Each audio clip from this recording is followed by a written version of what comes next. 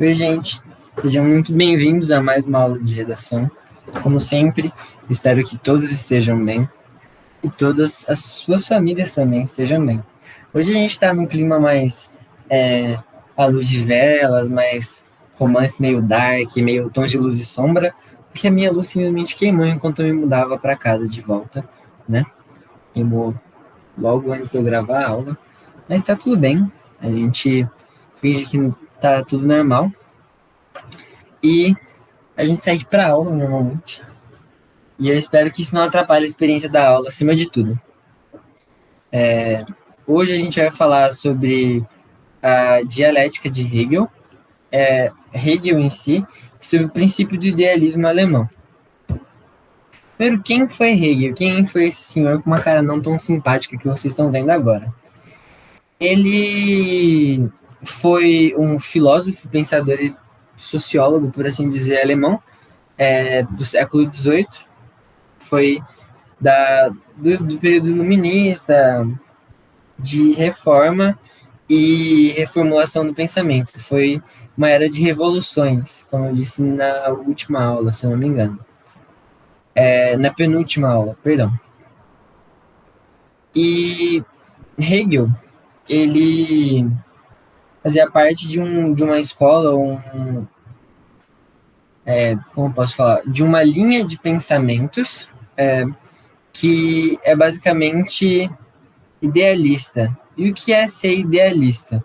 Idealista de um jeito bem simples, todos os pensadores que falam sobre a razão humana, ou tudo que permeia a nossa condição de humanidade, ou de consciência, os fenômenos humanos, por assim dizer, tudo isso é baseado em algo que não é material, algo que não é físico. Por exemplo, meu celular é material, essa máscara é material, e esses idealistas, eles falam sobre metafísica, sobre consciência, espírito, esse tipo de coisa.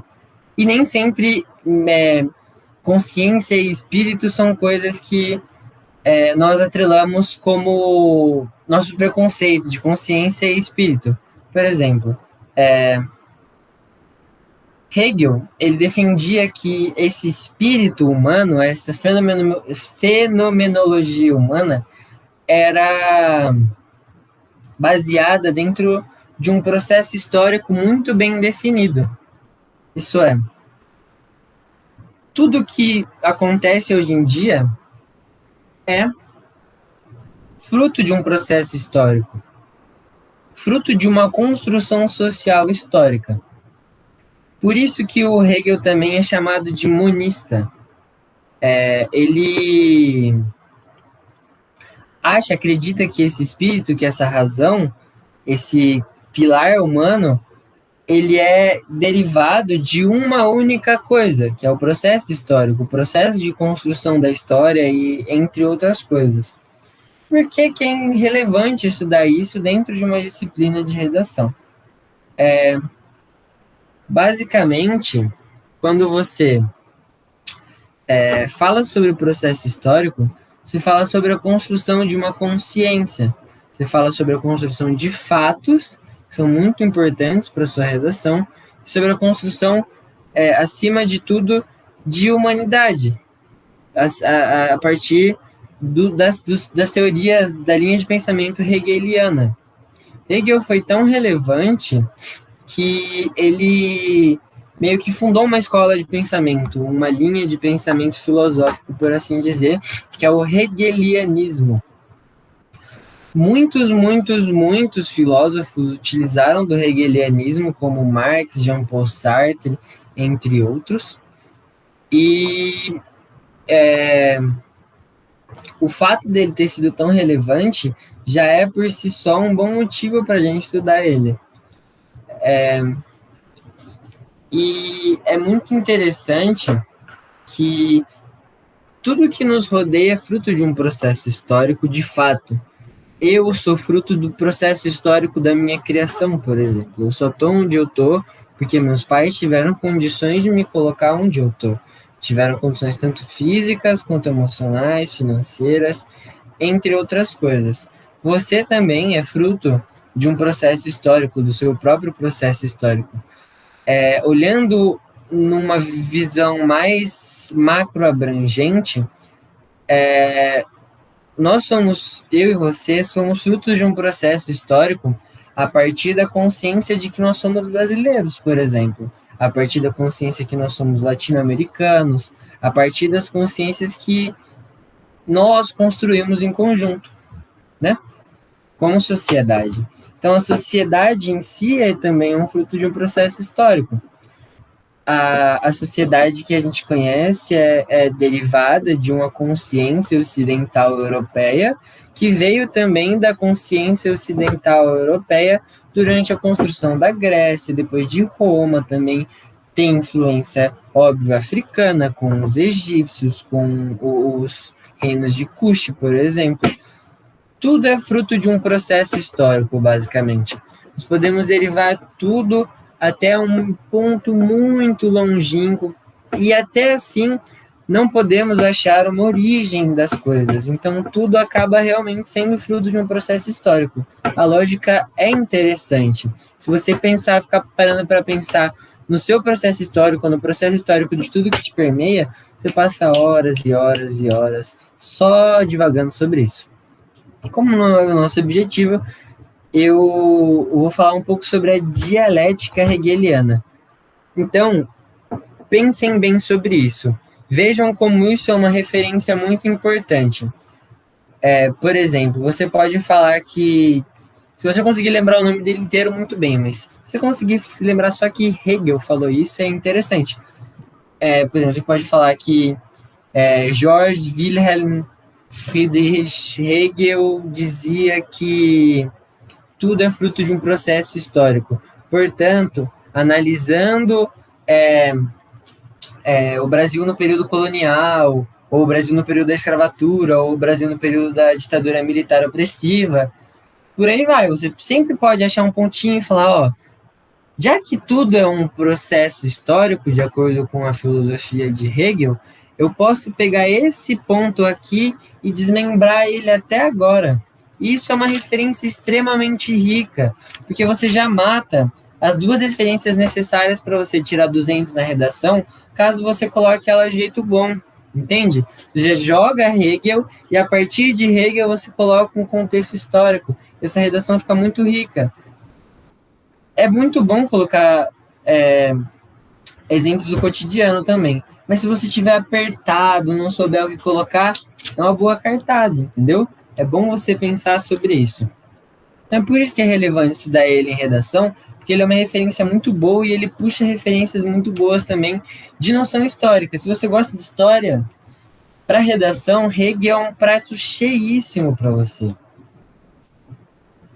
Mas a gente tem que falar um pouco sobre um ponto extremamente importante de Hegel, que é a dialética hegeliana, ou dialética. A ideia dessa dialética é de tese, antítese e síntese. Por exemplo, eu tenho como tese que o EAD é ruim. Por exemplo, o EAD é pouco proveitoso. Eu tenho como antítese disso as aulas presenciais serem muito boas. Ou eu tenho a pandemia em relação ao EAD e as aulas presenciais serem muito boas. A síntese disso, ou a junção disso dentro de um acordo, por assim dizer, por exemplo, aulas mescladas, aulas de EAD e aulas presenciais. Um bom exemplo, que é sempre usado, é a criação de leis ou a legislação por si só. Eu tenho como tese a tirania, ou seja, existe tirania, as pessoas são tiranas, existe um tipo de tirania. A antítese disso é a liberdade, e eu tenho como síntese disso a legislação, que é tanto tirana quanto garantidora de liberdade, asseguradora dessa liberdade por si só. Então, é meio que uma mescla de dois pontos opostos, por exemplo. E isso a partir de uma filosofia moral, por exemplo. E é isso, de Hegel é isso. Lembrem sempre, Hegel afirmava que tudo é fruto de um processo histórico. muito importante ressaltar. Você deve estar pensando, você fala que é um processo histórico contínuo, que não sei o quê, e as revoluções? Revolução francesa, americana, dos malês, enfim. O que são essas revoluções? É muito interessante a gente pensar que o progresso desse espírito, o progresso desse processo contínuo, só se dá de acordo com o estágio de desenvolvimento, que são essas evoluções. Essas evoluções são pequenas partes desses processos contínuos, por exemplo, tem um processo contínuo de história. Pum, revolução. A gente passa por essa revolução, eleva isso, continua. Entende? Você passa por um período de revolução, pau. Eleva esse processo, continua. As evoluções, elas vêm para progredir o espírito, ou para progredir o processo de construção histórica. Porque nunca se tem revolução com calma, sempre se tem revolução em tempos de crise. Então, a gente está num processo histórico, entramos em uma crise, isso daqui é tudo contínuo. Entramos em uma crise, revolução, elevou, seguiu. Então, é interessante falar sobre isso também. Segundo Hegel, as evoluções servem para o progresso do processo histórico ou para o progresso do espírito. Não é falar sobre o processo histórico porque espírito pode ser mal interpretado pelos corretores. Eu acho que não, mas é sempre bom se garantir. Então, lembrem-se sempre das evoluções como progresso. Tanto é que, como eu disse, Marx usou isso, muitos outros revolucionários usaram isso como uma grande justificativa para grandes revoluções, seja de pensamento ou seja física. E foi isso a apresentação. Eu vou falar sobre o tema de hoje. Eu abri o tema, vou aqui, aliás, boa fonte de temas aquela, vou deixar o link para vocês. Proposta de redação. A partir da leitura dos textos motivadores seguintes, e com base nos conhecimentos construídos ao longo de sua formação, redija texto dissertativo e argumentativo em norma padrão da língua portuguesa sobre o movimento imigratório para o Brasil no século XXI, apresentando proposta de intervenção que respeite os direitos humanos. Selecione, organize e relacione de forma coerente e coesa argumentos e fatos para a defesa do seu ponto de vista. É uma redação comum, como vocês podem ver. Ao desembarcar no Brasil, os imigrantes trouxeram muito mais do que o anseio de refazer suas vidas trabalhando nas lavouras de café e no início da indústria paulista. Nos séculos 19 e 20, os representantes de mais de 70 nacionalidades e etnias chegaram com o sonho de fazer a América, e acabaram por contribuir expressivamente para a história do país e para a cultura brasileira. Deles, o Brasil herdou sobrenomes, sotaques, costumes, comidas e vestimentas. A história da migração humana não deve ser encarada como uma questão relacionada exclusivamente ao passado. Há a necessidade de tratar sobre deslocamentos mais recentes.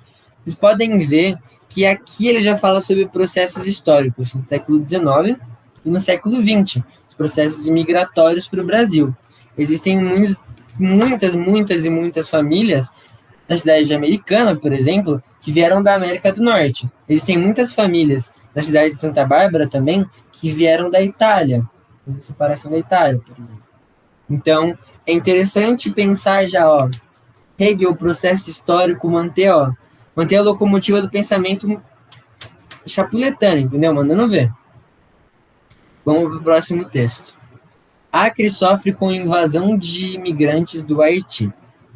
Nos últimos 3 dias de 2011, uma leva de 500 haitianos entrou ilegalmente no Brasil pelo Acre, elevando para 1.400 a quantidade de imigrantes daquele país no município de Brasileia, Acre. Segundo o secretário adjunto de Justiça e Direitos Humanos do Acre, José Henrique Corinto, os haitianos ocuparam a praça da cidade. A Defesa Civil do Estado enviou galões de água potável e alimentos, mas ainda não providenciou abrigo. A imigração ocorre porque o Haiti ainda não se recuperou dos estragos causados pelo terremoto de janeiro de 2010. O primeiro grupo de haitianos chegou a Brasileia no dia 14 de janeiro de 2011. Desde então, a entrada ilegal continua, mas eles não são expulsos. Obtêm visto humanitário e conseguem tirar a carteira de trabalho e CPF para morar e trabalhar no Brasil. Segundo Corinto, ao contrário do que se imagina, não são haitianos miseráveis que buscam um Brasil para viver, mas pessoas da classe média do Haiti e profissionais qualificados, como engenheiros, professores, advogados, pedreiros, mestres de obras e carpinteiros. Porém, a maioria chega sem dinheiro. Os brasileiros sempre criticaram a forma como os países europeus tratavam os imigrantes. Agora chegou a nossa vez. Isso é de arrepiar, gente, na verdade. Se a gente for pensar, a maior parte dos processos imigratórios não funciona por uma força de atração. Esses em massa, por exemplo. Como assim forças de atração? Falando de física? Não, óbvio que não. Apesar de eu ser apaixonado por física e estar quase mudando para o curso de física, não. A gente está falando sobre, por exemplo, grandes massas de população nunca chegam como refugiados ou nunca chegam bruscamente dentro de um país, como foi o caso do Haiti, que chegaram massas de pessoas, muitas e muitas pessoas, porque o país é simplesmente bom, entende? É porque o Brasil já não estava numa situação tão boa em 2012. Era melhor, mas enfim. Mas é por forças de repulsão dentro do país, como foi o terremoto no Haiti. Você percebe também a grande discrepância social. As pessoas que conseguem sair do Haiti são pessoas de classe média, pessoas instruídas, bem qualificadas, que muitas vezes sabem, tiveram oportunidade de aprender a dialogar muito bem, entende? Então, é importante ver não só um processo histórico ocorrendo, mas também um processo social muito forte, muito intenso, que é a expulsão natural das pessoas desse país, natural no sentido de um terremoto, que é um fenômeno natural, levando um país a semi-ruína, e as pessoas vindo para cá. Isso é um processo. Outro processo é a análise das pessoas que chegam aqui, que são pessoas, como o próprio termo afirma, que são pessoas de classe média, pessoas bem instruídas, já com uma estrutura profissional de conhecimento muito grande. Então, é interessante, esse texto traz muitas informações interessantes de serem encaradas. Trilha da costura. Esse texto é importante. Os imigrantes bolivianos, pelo último censo, são mais de 3 milhões, com população de aproximadamente 9,119 milhões de pessoas. A Bolívia, em termos de IDH, ocupa a posição de 114, de acordo com os parâmetros estabelecidos pela ONU. O país está no centro da América do Sul e é o mais pobre, sendo 70% da população considerada miserável. Os principais países para onde os bolivianos imigrantes dirigem-se são Argentina, Brasil, Espanha e Estados Unidos. Assim sendo, este é o único quadro social em que se encontra a maioria da população da Bolívia. Estes dados já demonstram que as motivações do fluxo de imigração não são políticas, mas econômicas. Como a maioria da população tem baixa qualificação, os trabalhos artesanais, culturais, de campo e de costura são os de mais fácil acesso. Novamente, a gente pode encarar isso como um processo histórico, porque é um processo histórico, tudo que ocorre na história é um processo histórico, seja bom ou ruim, mas a gente tem como encarar também isso como um processo social. Veja, 70% da população boliviana é considerada miserável. São muitas pessoas na miséria, muitas pessoas na miséria. Não existe só uma desigualdade social dentro do Brasil, mas também entre países da própria América Latina e da própria América do Sul. É interessante ver como o processo de acúmulo de capital e de retirada de capital e de administração de economias faz com que alguns países simplesmente se tornem insalubres de se morar. E as condições que as pessoas se coloquem para sair disso são complicadas, extremamente complicadas. como tiveram os imigrantes. Isso me entristece muito, eu fico até meio mexido. Os imigrantes com filhos que morreram nas praias da Grécia, sabe? É de arrepiar. É esse processo é um massacre através de meios sociais. Então, é importante vocês não só verem isso como um processo histórico, mas como um processo histórico dentro de um contexto social. Um contexto social de acúmulo, de um contexto social de inserção de pessoas em ambientes, de inserção de pessoas e países.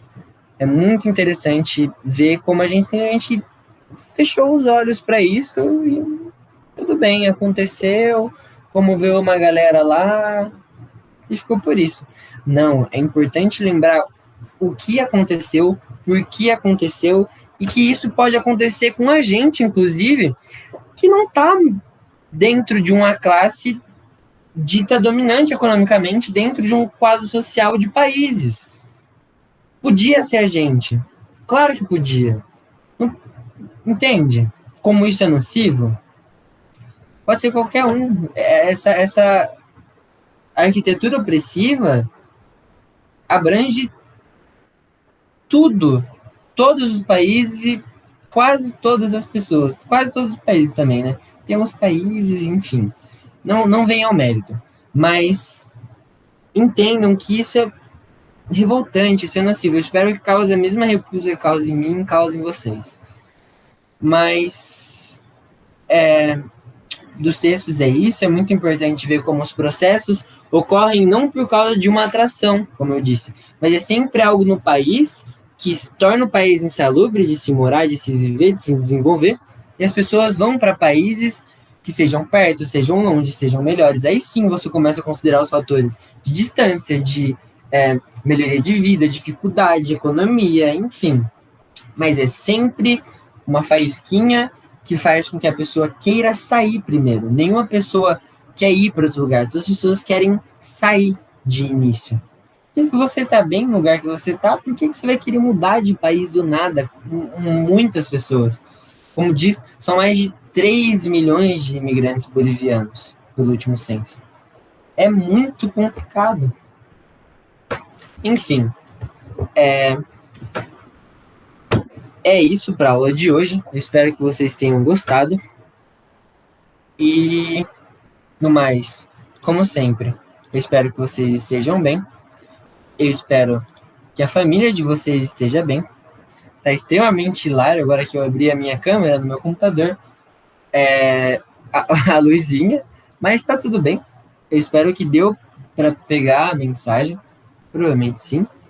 E é isso. Um grande abraço. Como sempre, um grande beijo. E eu espero que vocês arrasem na redação dessa semana.